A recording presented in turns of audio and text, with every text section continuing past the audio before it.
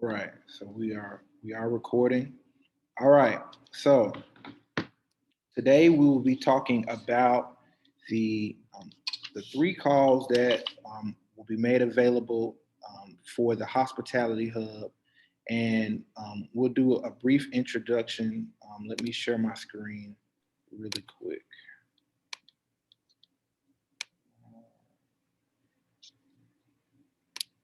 Can everyone just by um, response, because I can't see people's faces. Can everyone see my screen? Yes. Amen. Yes. Good, good, good. All right. During the presentation, I will not be able to see messages. So if you need to interrupt me or stop me at any point, please don't hesitate. This is going to be a very informative presentation to just give you more um, information on details of the call and what we're looking for. So like I said, this is going to be the artist info session for the hospitality hub, the new hub hotel commissions. So uh, you want to go ahead and start, Gabrielle, introduction,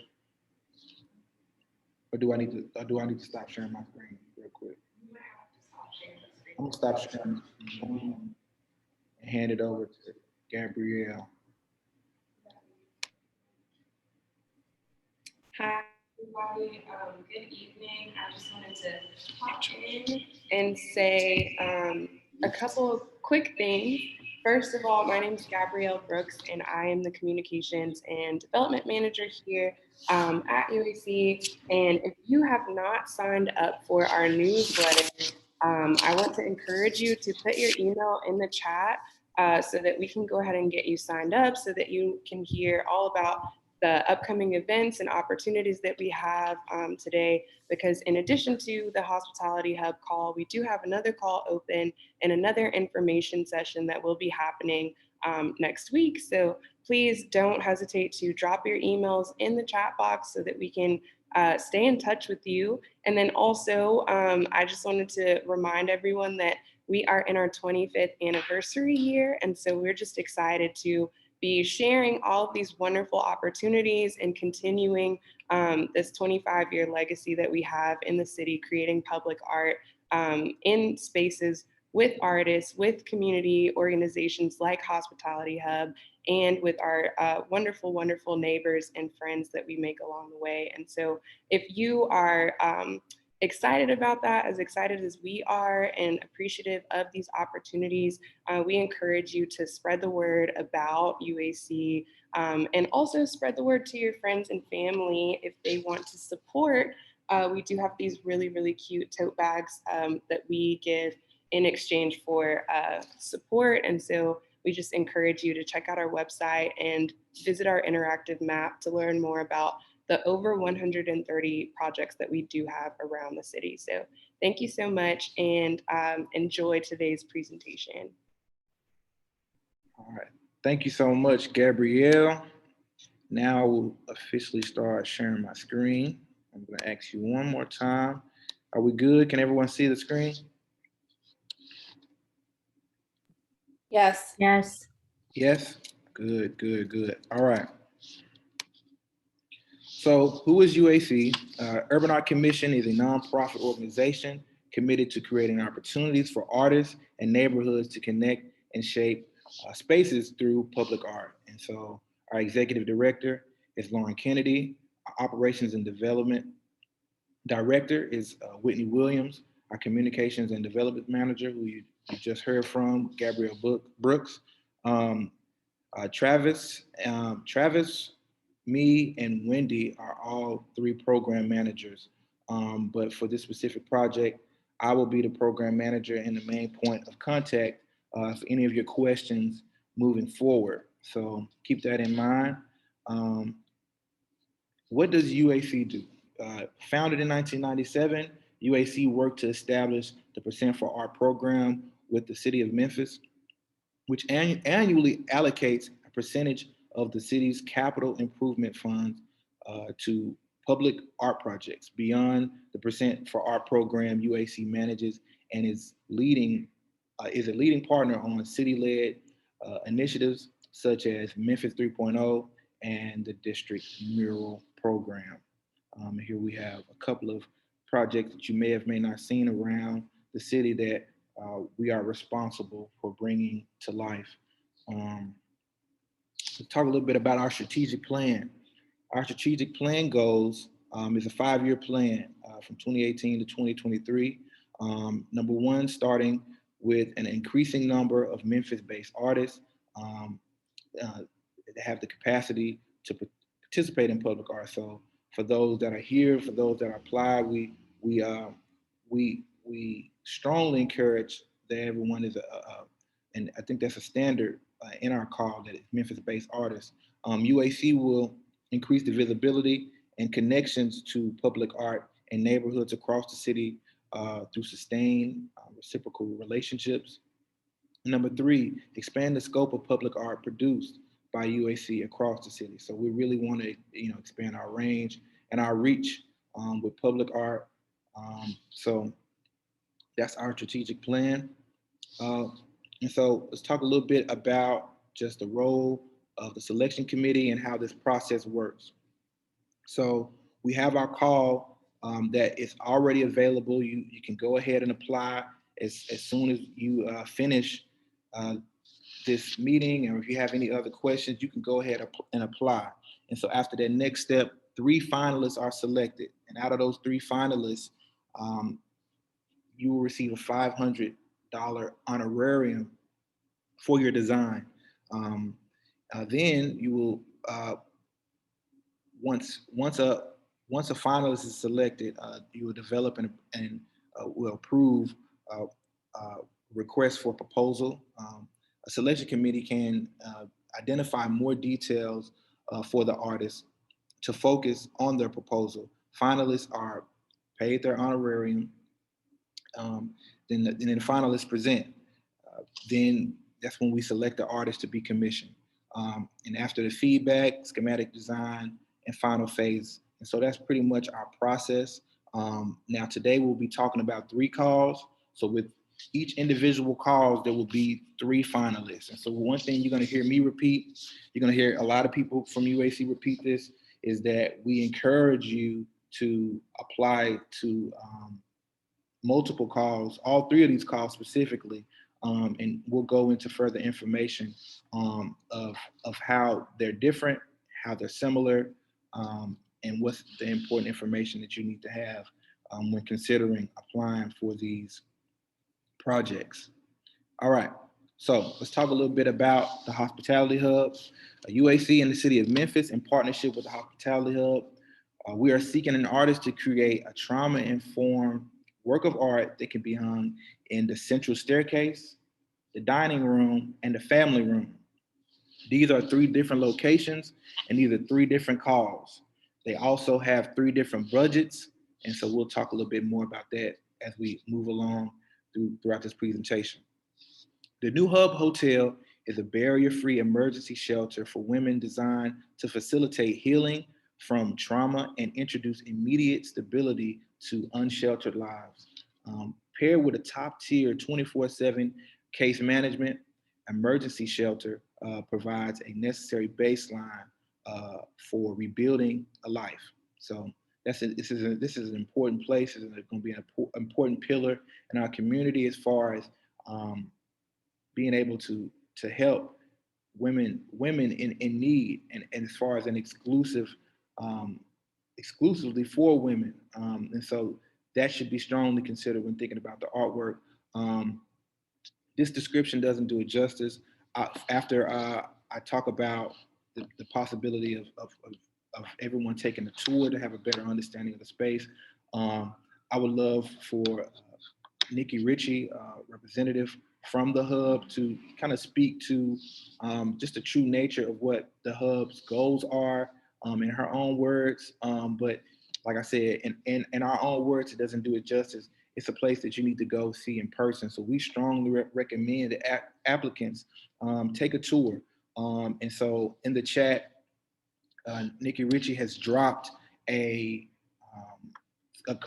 link for the tours But also, if any of those times don't work, please contact via email. And this information is going to be available here. This information is going to be available on all 3 of the calls.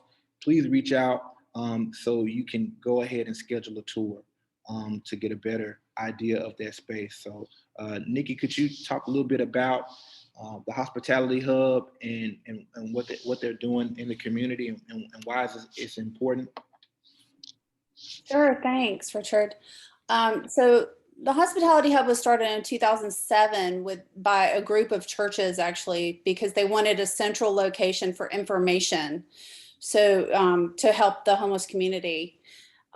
Since then, we started with just a smile and a cup of coffee, and now we do all kinds of things. We have several different programs. We have a work program, like a day work program, where we partner with the city of Memphis. It's called Work Local, and people come and we put them on a van and take them out, and they pick up trash throughout the city. So we have that. We have a street outreach program. We have 3 different Jeeps around the city, which you may have seen, and they are meeting people where they are. They're going under overpasses, they're going into alleyways, they've gone into Overton Park just to try to reach out to people and offer services back. So another thing that we do is we do a lot of state IDs. We do a lot of birth certificates, because you can't get a job without an ID, and you can't get an ID without a birth certificate. And if you've been living on the street, you probably don't have those important documents. This women's shelter is something that we've needed in this city for at least 20 years. The main number that we determined through our research is that 39% of the homeless population identifies as female, yet only 6% of the available shelter beds in the city were for females. So we've known that there was this discrepancy for a long time. It's something that our team has struggled with for years and years. And so the city gave us that property at where the old inspection station downtown at 590 Washington, and we have built this shelter. It's going to have some expanded hub offices. So our offices will be downstairs, and then the whole upstairs is for women. We have 31 beds for women, 17 trundles for children.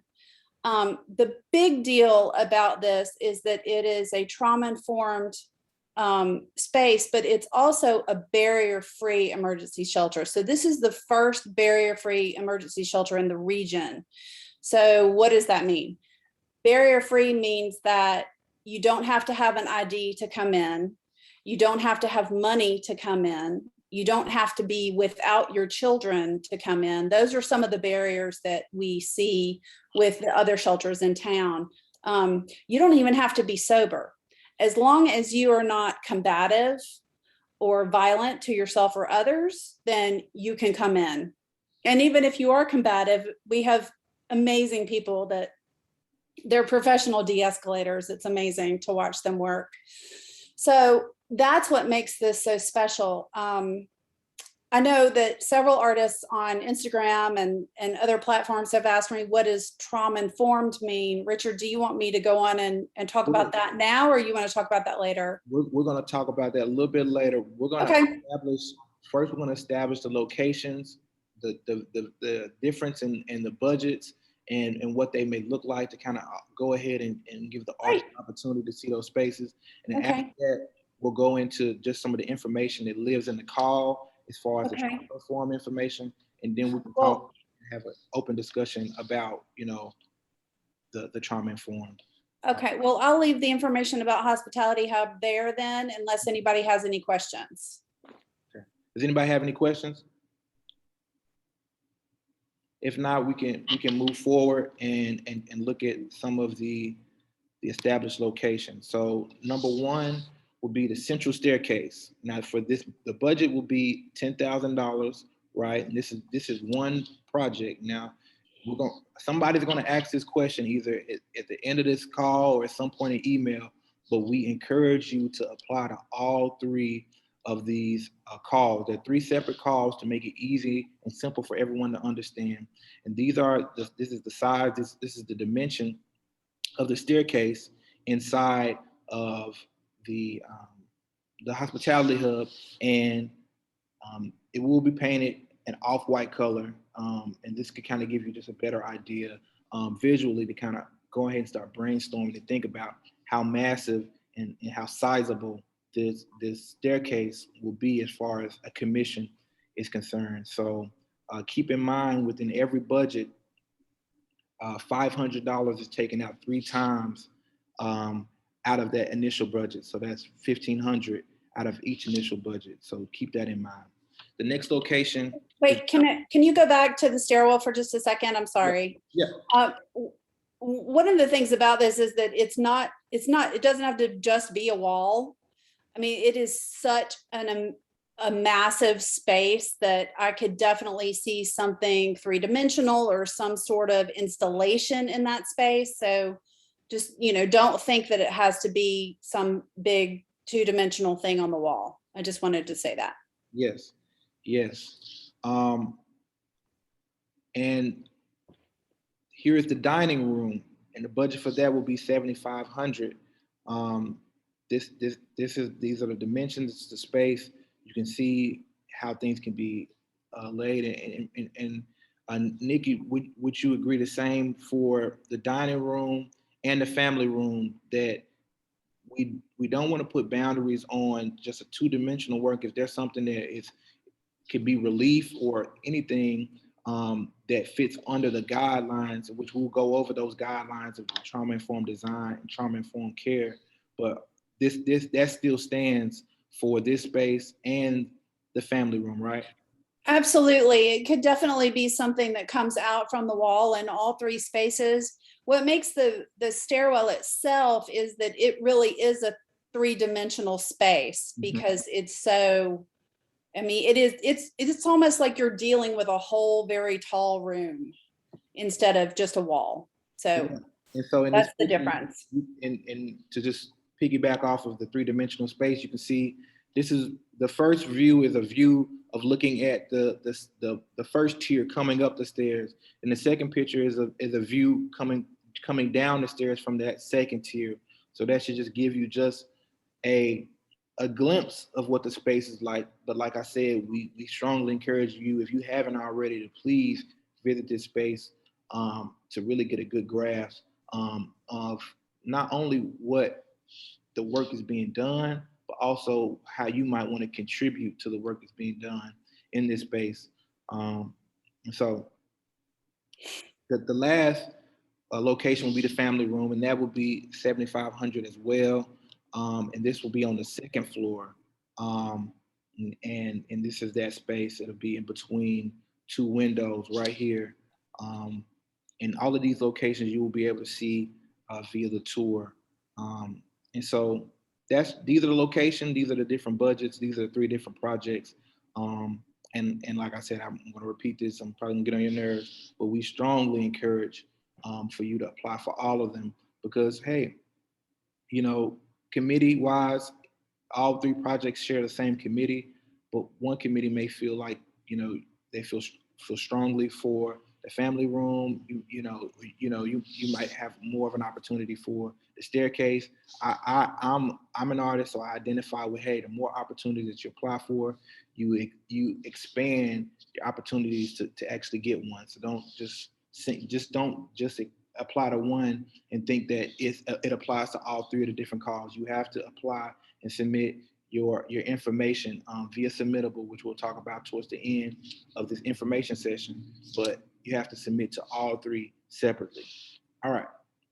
So let's talk a little bit about thinking about how you might want to approach this work visually and how this work will be affected or beneficial to the space at large. And so that could fall under this big umbrella term, which is called trauma-informed design. And I want to start off by saying that these are women that have been through a lot. So considering that this work doesn't trigger or remind any negative past, things that they went through, but also thinking of your work serving as a purpose of revitalization and healing and a place to escape and regather, versus, the outside, world. So thinking about the trauma-informed design, that it recognizes the physical environment has an impact on attitude, mood, and behavior, because there's a strong link between our physiological state and our mental state and our psychological state, our emotional state, and our physical environment. Intentionally designing and maintaining healing environments lead to empowerment and resist re-traumatizing those who have already experienced so much trauma. The goal of trauma-informed care is to avoid re-traumatizing someone. Re-traumatizing refers to and inadvertently recreating some conditions of a person's previous trauma, causing them to relive it in the moment. Trauma-informed care aims to help people find meaning and purpose in their lives, fulfill value roles, and engage in a life in a community of their choosing. See themselves as more than their traumas.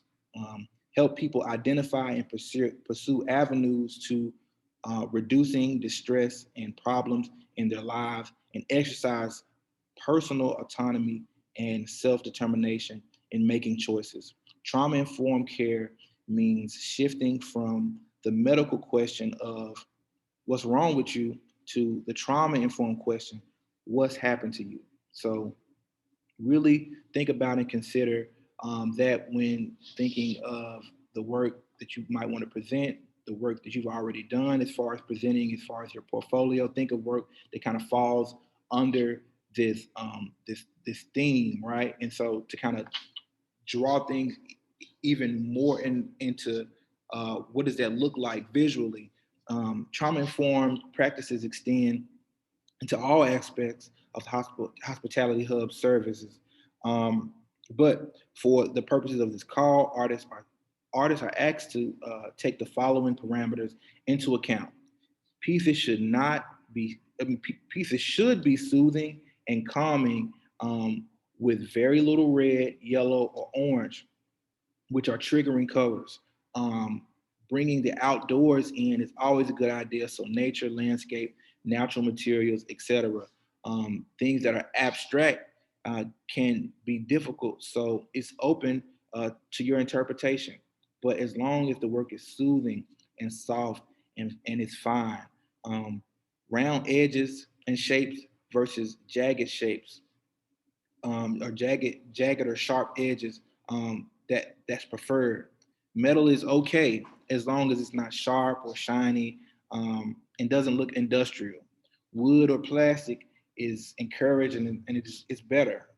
Just in the grand scheme of thinking of what visually will work in as far as work that's healing and doesn't induce any previous trauma. The majority of the hospitality hub's clients will be coming straight off the street, where they've suffered a multitude of traumas.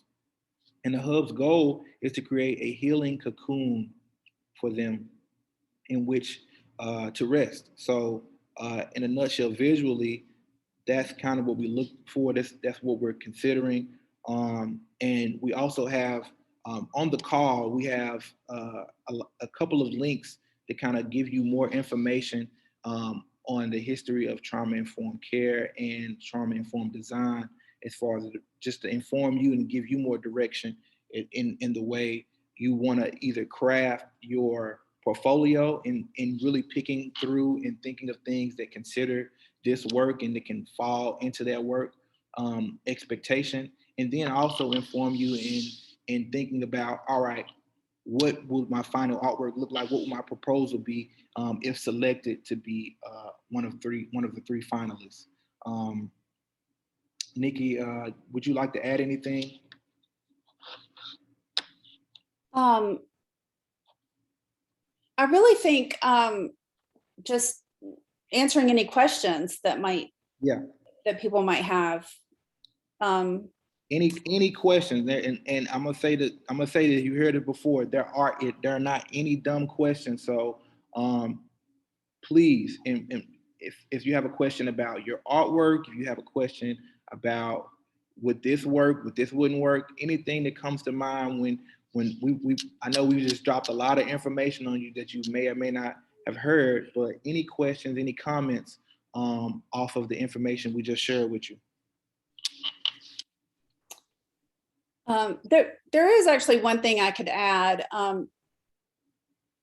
Pieces that are representative of human figures, if it is depicting a female figure in a place of power and authority and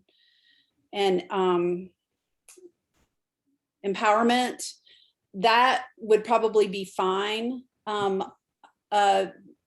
Depictions of children can get a little tricky because a lot of these women have been separated from their children. Definitely depictions of male figures is probably not appropriate for the space.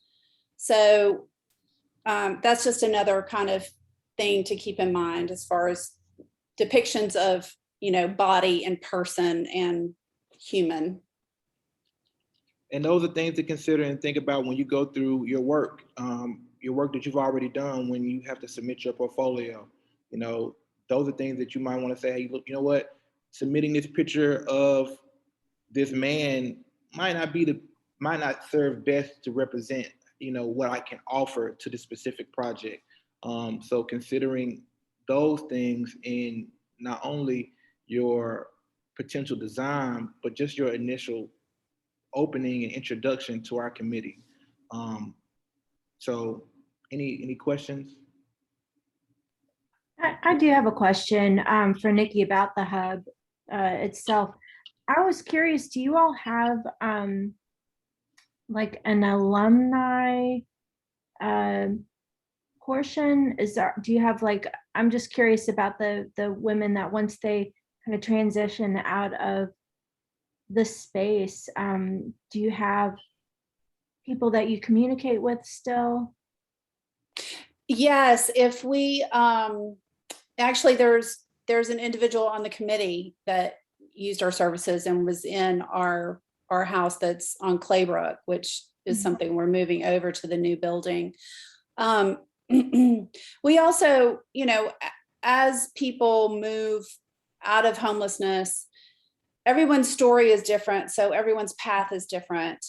And for some people, we're in communication with them for 2 years, just depending on what they need and how we can assist them. And for some people, we can wrap up what they need in a couple of weeks. Those are rare. Those are the rare cases. But does that kind of answer your question as far as? Yeah, and because then my next question is, do you all keep statistics? I'm just kind of, Oh yeah, they're like conceptual ideas that are working in my head, but I'm just kind of curious about, what kind of information might be available that we might be able to that might be available for us to look at or kind of tap into for some inspiration.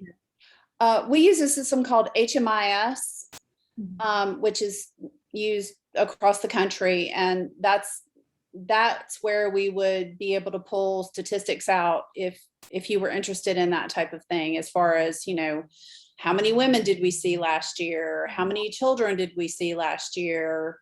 That kind of stuff. I can tell you that we had a COVID response situation where all the shelters closed down. We did a pop-up in a church.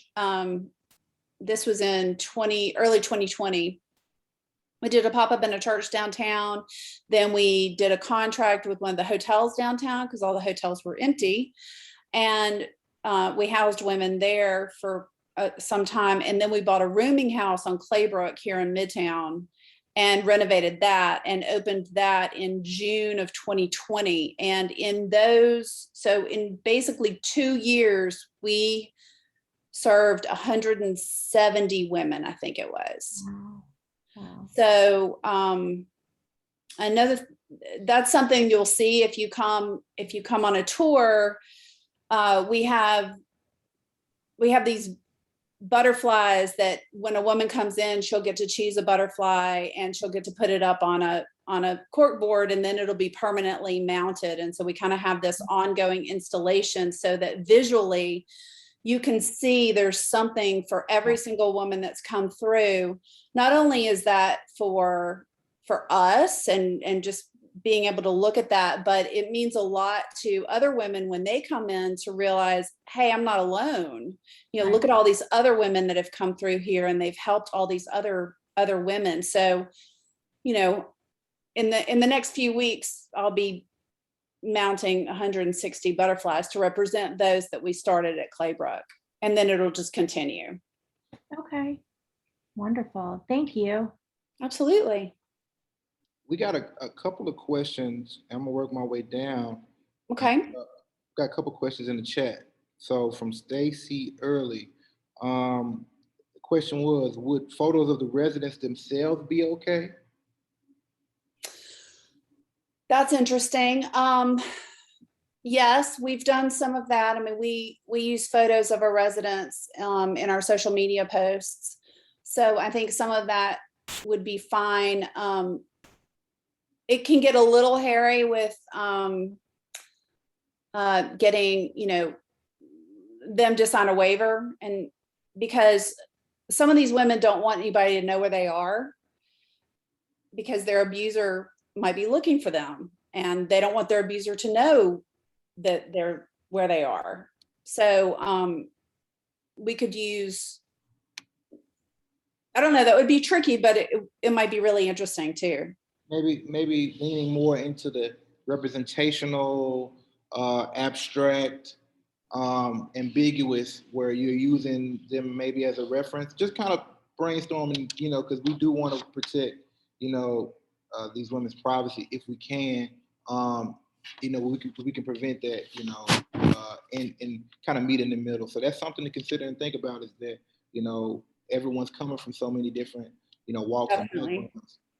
We do have some guests that don't ever want their picture anywhere, no matter what. And you know, we have to respect that, of course. And so the follow-up question is, after that is, apologies if I missed this, but will the residents be there before the art is installed? And I guess the question is, would they be a part of the art making process, or would they be able to participate in the project? So we hope to move the ladies over from Claybrook this coming Saturday. And then we will open to the general public probably a week or two after that. It depends on a bunch of construction issues right now. So yes, residents will be in the space when this art is installed. Can they participate? Absolutely, if they volunteer to participate. I mean, you're going to be dealing with all types of different spectrums. We are going to have some women that come in and they're there for one night, maybe 2 nights, and they're gone. And then they're gone for a month, and then they come back for a night. And then we're going to have other women that are going to be there for 2 or 3 weeks, or we're going to have other women that are there for months, just trying to, you know, they're all trying to get independent, to become independent and have their own place, you know.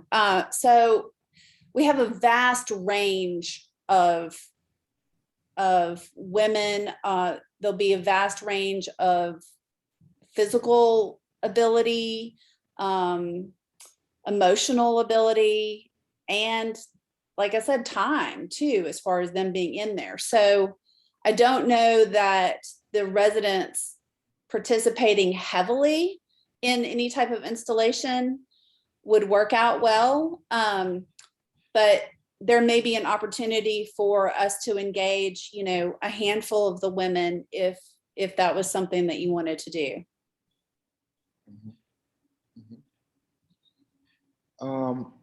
We got one more question. This is early on, prior to us discussing what this artwork may look like and how this art making process will be. But this is a clarification on budget. It will be the last time we'll be asked this question. But it's a question from Dr. Keith D. Lee, and he was just clarifying that after the honorarium is taken out, that it'll be $6,000 for the two projects, the family room and the dining room, and $8,500 for the remaining budget for the staircase. And yes, that is correct. The three finalists, that $500 is taken out of that initial budget that's presented, and for those three finalists. And so those are the numbers that you're left with to create your commission for those spaces. So that's just to clarify things as far as the numbers are concerned. But if it gets confusing moving forward, we are here to clarify those things. Now, just to bring things back to what we're talking about now, this is the time to ask those questions. Those that are here, y'all have an advantage. Y'all have us here now. You have an advantage before everyone else who may have missed out on this meeting to ask us questions that are crossing your minds now. So what questions do you have concerning just the process of what the work may look like, or how we will go and move forward with this process of the art making process? Any questions pertaining to that before we move on to how to apply? Maybe some installation related questions. It looked like the stairwell, for instance, wouldn't want to plan anything that would need to be suspended from the ceiling. Just looking at how maybe in all those spaces, but thinking of that space particular. I'm thinking of that, or maybe any other, like, cannot do XYZ in these walls or these kinds of mounts. Was there any sort of like any parameters in that sense? I guess I ask you this, Nikki? Will we have access to the structural like engineers or the people that are currently working there to, like, I guess, pitch certain ideas? Like, let's just say if we wanted to hang something, like, you know, we've done it in the past before. Of course, if we're hanging something from what I see, it'll have to be something light. Will we have access to the people that are currently working on the blueprint and making sure all of the finishing touches? Yeah, we'll definitely have access to the architects, okay, and they'll understand, you know, what. And they'll say absolutely can't do it that way, or. Right, exactly. Right. Okay. Exactly. Okay. But I do think that things could hang from the ceiling in that stairwell. They could go from wall to wall. Okay. They could go, I mean, I think there's a lot of possibility in that space. Okay. Yeah. Yep, that's a good question. Any other questions about these spaces and what that work will look like? And if it doesn't hit you now, my contact information will be available at the end. It's available on the website. You know, and my email is in the chat. Feel free to email me with any questions. Yep, this will be if you looked at the call already, you'll see that this is going to be a process-based timeline. So there are going to be working pieces. You know, so we are here to work with you. And so, you know, any initial questions, you know, like, we can answer those. But let's talk about how to apply and what are things to look for. So, of course, there will be a cover letter, a resume, and there will be a resume, CV, and of course your portfolio. So we'll talk a little bit about that and just some helpful hints or tips that you might want to consider. Letter of interest is the major opportunity to sell why you as an artist want to receive the commission. So this is like your first way to grab the committee's attention as far as consideration is concerned. Read the scope section of each call very carefully. and think about, what are the requests, what are they being asked for? So, we've done all the heavy lifting, we've done the hard work as far as the research is concerned. So you taper the work that you already do, your current process, and you try to bridge the gap, as far as bridge the gap between the work that you already do and with the scope of work of each call, and use that language, use all of the information that you gather, go on those tours and really get a good understanding of things, so you can really be able to, sell, that you are the artist, for this job or for this opportunity. How does this project resonate with your practice? Do you have a connection with the site or service provided? Those women that are here, if I already that are in this Zoom call, I already know y'all already have a connection, with what the work is being done here at the Hospitality Hub. So really speak on that. Speak on being able to identify with what's going on. Those are things.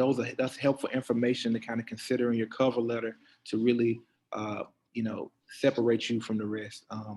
You know, if it's well, disregard community, neighborhood, but particularly think about just the culture of Memphis. Particularly think about where you come from and your background, and think about how that could be relevant as far as explaining in your cover letter, as far as being able to just let each other know what's going on. Why is your artwork appropriate for this commission specifically? So all of the guidelines, parameters that we spoke about.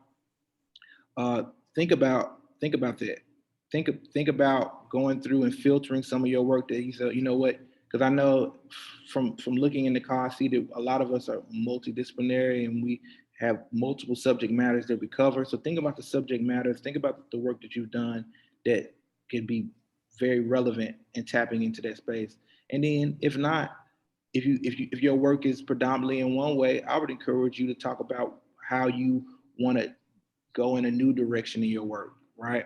And consider that, So really, this is a very heartfelt project. So be sure to pull on the heartstrings of the committee and really, let them know how passionate you are about pursuing this opportunity. So let's say reference any experience that you have in public art.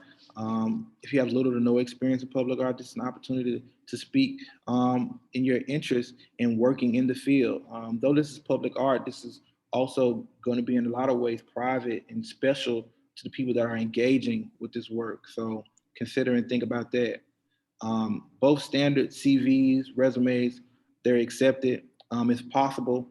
Include information about previous art installations, exhibitions, public art projects. Pretty much include anything art related, or anything relevant to this project. Even community service. Think about those things, and pertaining to the relevancy of this project. Include active email, website, phone number on your resume, and keep it to 1 to 2 pages. If you're submitting as a team, reference any of your previous collaborative projects and combine relevant experience from each team member. So those are things that you can think about and consider. We highly recommend you to meet with program manager. That'll be me. And you say if you have any questions, they're like, hey, how do you think this will work? Do you think this will work with my portfolio, my cover letter? Like, I just want your point of view. I want you to look at things. Please reach out to me. We can schedule a time to kind of look over those things. Deliver all materials, models, documents, etc. for presentation in advance, at least 2 or more days. Coordinate with program manager regarding your presentation flow. And this is information concerning presentation for final design, especially if anything has shifted since you submitted a proposal. So this is information for those that are the 3 selected finalists. Arrive at least 5 minutes early at the rear entrance of UAC. Someone will be awaiting to greet you, probably be me.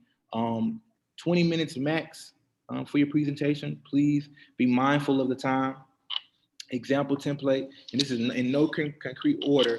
You might want to consider dedicating 5 minutes about your interest in the project, speaking to the scope of work and how the practice aligns with the call. 5 minutes dedicated to, to talk about your concept. 5 minutes dedicated to your background, speaking directly to how this supports and what you're proposing to, or 5 minutes for conversation with the committee. And so these are things to think about.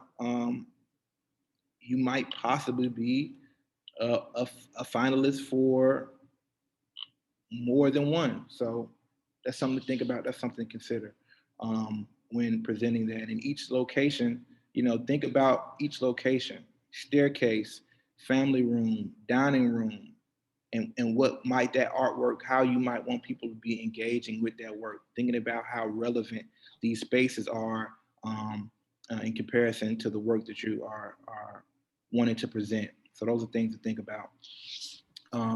As far as being able to access the call, you go to uacmem.org/call to artist, or you just go to our website, hit call to artist, and this will be I think the first 3, if not the first 4 calls and opportunities. So you'll see all of the hub information. As I explained previously, these are 3 separate calls.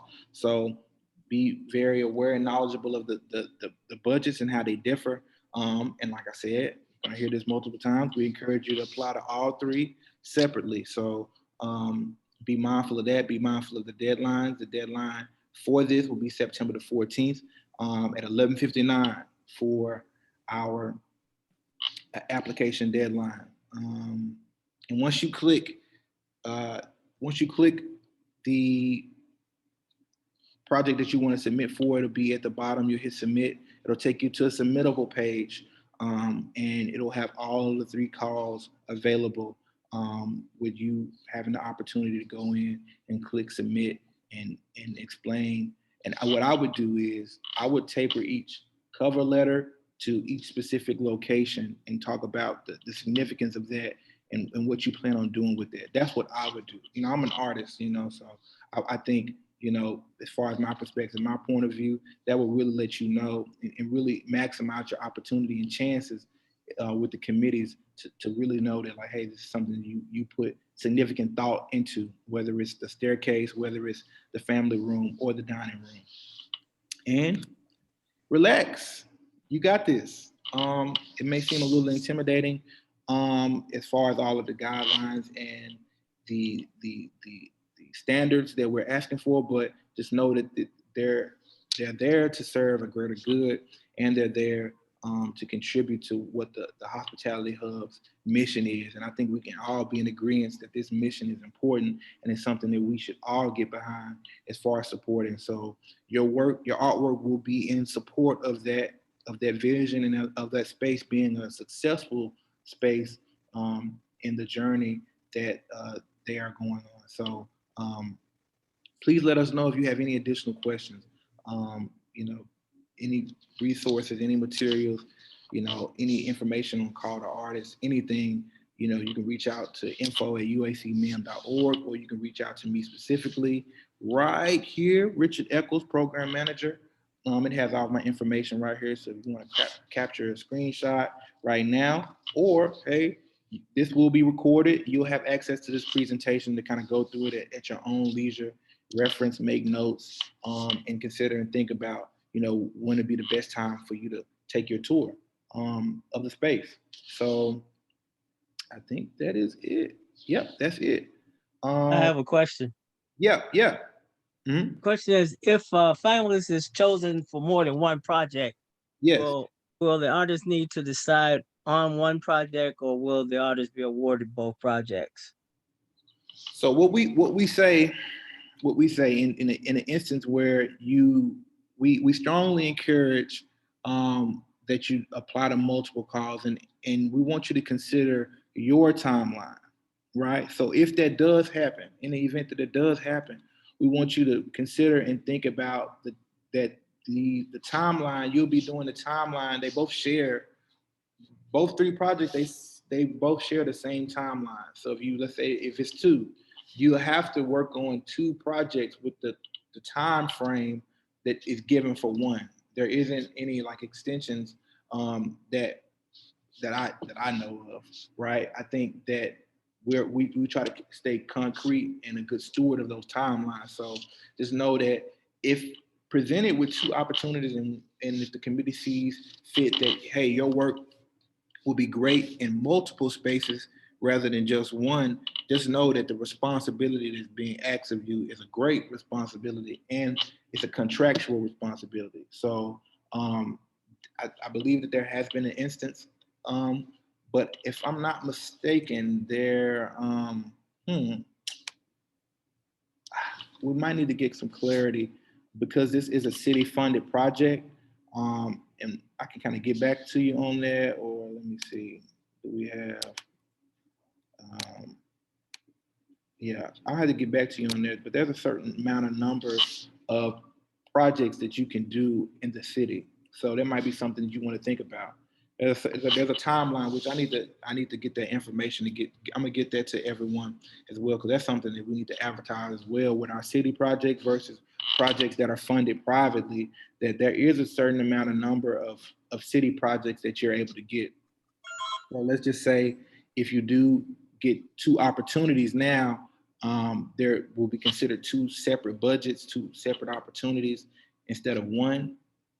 So that's something to keep in mind because you select two, then that takes however many out of your number that you are allocated. If I'm not mistaken, I think it's a certain amount within 5 years. And if I'm not mistaken, I think it's 3 city-funded projects. And that has been put into place, you know, to make sure that things are fair and equitable and that we're not giving opportunity to the same person and other people are not, you know, able to have those opportunities. So, but that's a stipulation that's only been set in place for our city-funded projects. I hope that kind of clarifies things. So there isn't like a no. You know, we encourage you to apply. Hopefully, we have a variety of different works, and the committee reaches, you know, an agreement to have a variety of different works. But you never know. I can't tell you that. I can't tell you no. Because that hasn't happened to my knowledge yet, but it might just happen, right? So I hope that's good news to you that you might have 2 opportunities or more opportunities seeing fit from the committee. Does that help? And the committee is the same people going to judge all 3 projects? Yeah, so if you look at the call, you'll see that there's a committee, they have their title, they have their role. As far as we have artist representatives, we have people from the site. Nikki Ritchie, she's on the committee. There's city, if I'm not mistaken, there are going to be city representatives on the committee. So it's a very diverse committee, but it's the same committee choosing for all 3 of those projects because they're all in relationship with the hospitality hub. Yep. But now if you apply to another project, like if you have applied to the Hickory Hill or Mallory Heights bus shelter, those have 2 separate committees. So if the title of the project is different, you'll have a different set of committees just to make sure things are fair and that we're switching things up. Does that answer your question? It answers my question. And just a comment. Mm-hmm. This your submission process a little bit confusing, especially since it requires the same information. I agree with you that there should be a statement of interest that caters to all 3 of the projects, but some of the information like the artist's resume and those things will be the same. So anyway, your process is a bit confusing. And until you receive that answer about whether or not an artist can do 2 projects, the question comes up whether or not an artist, why would I consider doing all 3 projects if I can only be awarded 1? It may make more sense to put all my energy into 1 project instead of all 3. Yes. Well, I think I guess the you got a point, but I think the reason why we encourage everyone to apply to 3, just to expand their opportunities. Because I think the initial goal is to have 3 separate artists in 3 individual spaces, right? So of course, everybody's going to want to go and apply to the budget that is the most, that has the most money, right? Which is the staircase, right? But at the same time, for me as an artist, I'm like, hey, it's 3 different opportunities. I'm not about to put all my eggs in one basket. I want to diversify and show, that I'm, so it's up to your discretion. We strongly encourage it, but it's up to your discretion. But I will get back to you on that. And this was an interesting project to tackle because we wanted to also put all this information in one call, which would have made it even more confusing. Where it's 3 separate calls, it's one committee. So I think our best way to resolve this issue is specifically with this project. We normally don't have it with any other project, but with this one, we had to divide it in 3 to make it easy for everyone to understand that, hey, these are 3 different locations and opportunities that are asking for similar things, but they're different at the same, in the same way. So we wanted to just make it easy for artists to understand, and to know that they're separate, but they're the same. So yeah, this is a very unique process, and we do agree with that.